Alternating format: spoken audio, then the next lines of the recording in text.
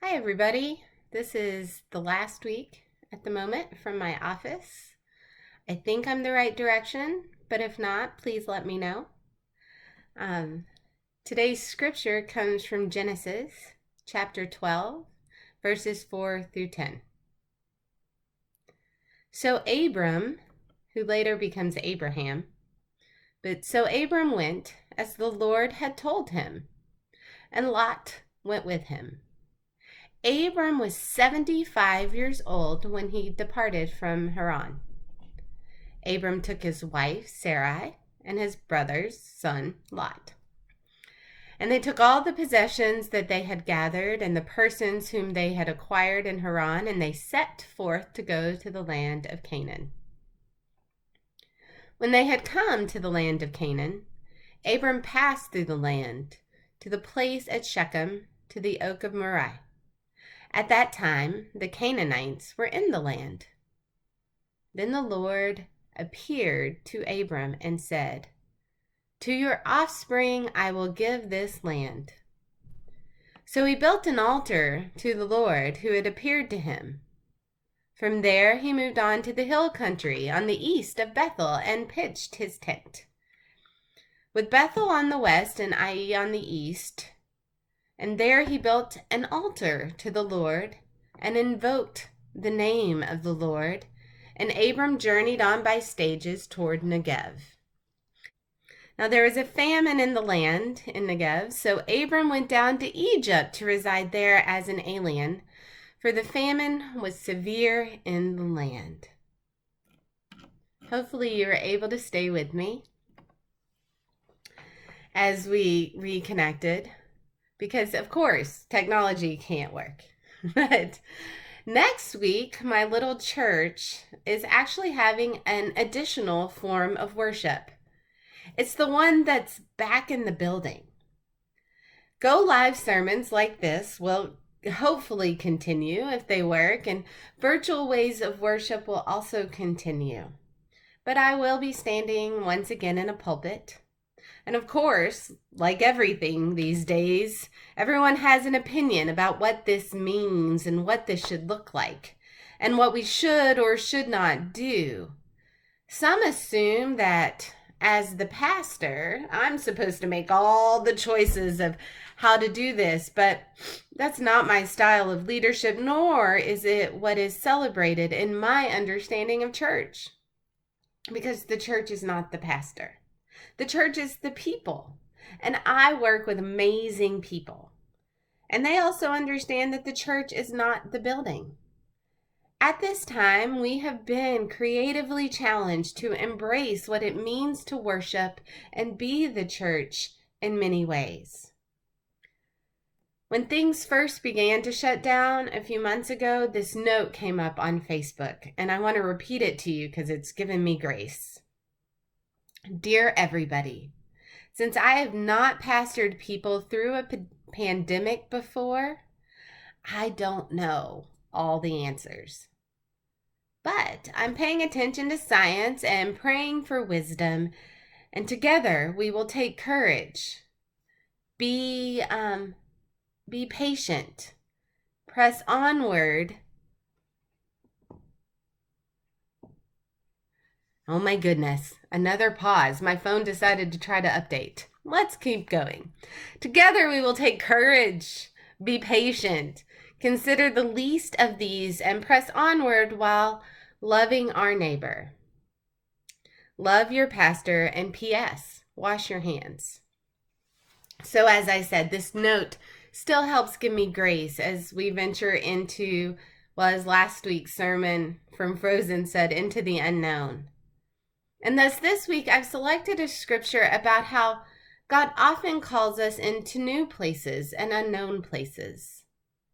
Many churches this week are reflecting on the story of the ascension of Jesus. But as we move from the season of Easter into Pentecost, it is important to remember that over and over, God actually takes away what provides us comfort, so that we, the people, are empowered to do the work of God and to create ways to know God.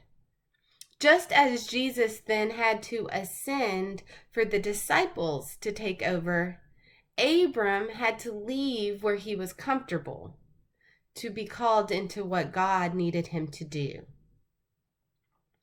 Today's scripture reading begins with, "So Abram went, as the Lord had told him."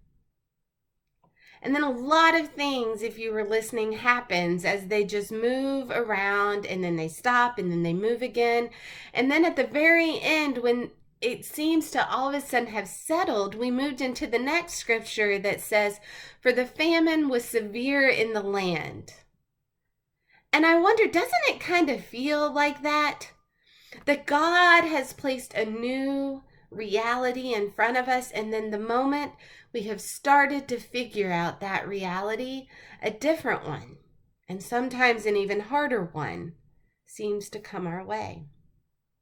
We are trying to follow the ways of our faith, but the ongoing journeys and information seem to never stop. And even when we are physically told to stop, the mental, emotional, and spiritual parts seem to then go into overdrive. Returning to the building physically, I must share, does not actually keep me up at night. What does keep me up at night is the mental and spiritual realities of returning to an old place in new ways. I mean, returning to the building physically doesn't worry me as much as making sure that others recognize that the building is not the only place to worship God. Returning to the building does not make me as anxious as the reality that this may be just another stop before more severe journeys or even more unknown places. Being chosen by God to trust and to lead in uncertain times is a constant theme in all of the Bible. And we seem to at first celebrate those chosen if we begin to read their stories. I mean, this is Abraham. We continue, though, to be reminded, if we're really reading, that with great power comes great responsibility. But unlike Peter Parker, who said this quote, being chosen by God doesn't come with superpowers. None of us are turning into Spider-Man. Instead, being chosen by God with this great power and responsibility means that we have to see that God is the superpower of love over the powers of comfort, complacency, and conspiracies. Uh-oh. It paused again. Why are you not working?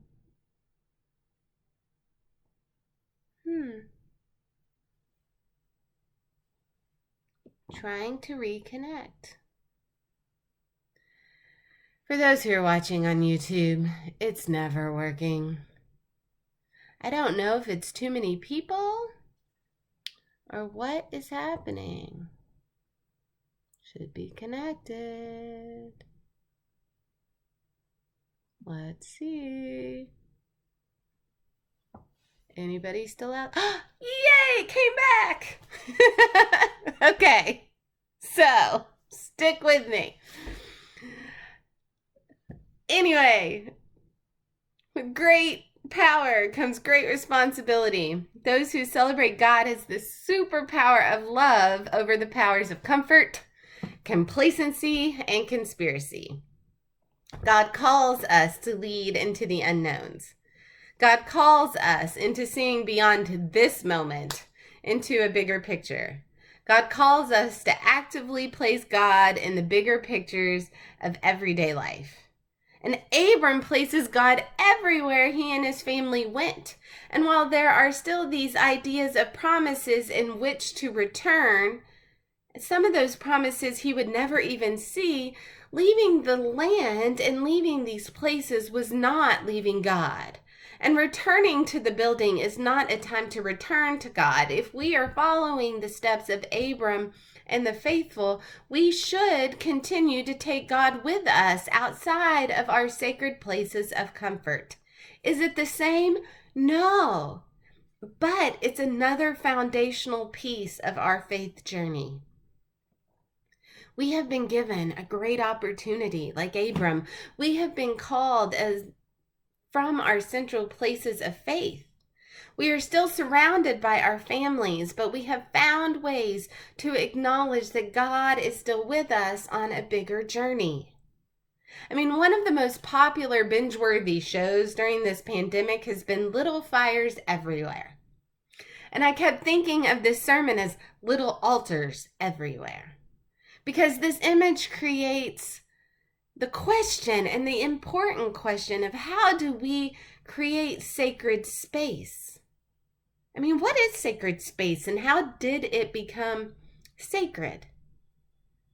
Before this pandemic, had we limited our sacred, our experience of the sacred in our daily lives and journeys by not working harder to create more sacred spaces or little altars outside of our buildings, our campgrounds, and of course that one tree in the woods we all really like? Can we create, or have we created, sacred spaces in our backyards, at our dinner tables, and even in our cars? Are we now learning how to rebuild those little altars to God that help make our faith journey more powerful and impactful no matter where we are, because it places God as the center? And next week, while my little church is having a worship option back in the building, the reality is we cannot and should not return to the building in the same way. As people who have gone another season of Easter, we should be transformed, renewed, and resurrected. And we must also recognize that safety is an important part of being sacred. We encourage multiple options for worship so that God's sacred types of altars are far-reaching and provide comfortable and uncomfortable realities. And there will be those who really struggle returning because the sacred space has shifted. And there will be those who feel separated again without the building, even when online options are available. They will feel like they are in a less than sacred space. But you and we and all of us are not. This sense of discomfort is faithful. It is a part of taking up the mantles that have been bestowed upon us as people who claim to be Christian. Therefore, wherever and however you choose to worship, remember Abram and Sarai. Remember how they were called from what they knew over and over again, and yet they moved forward, creating altars to God wherever they went. Thus, I want to share with you these wise words from one of the Independence Christian Church members, Sarah Mann. It's okay to be right here. Say that again. It's okay to be right here. Wherever here may be, it's okay. So allow yourself a moment of grace. Make sure you light a candle. Build a little altar. Remember, wherever you are, whether your internet connection is working or not, that God's sacred love is with you, and that you have the ability to make that space sacred, especially when you recognize God's love. And as the note said, P.S. Wash your hands.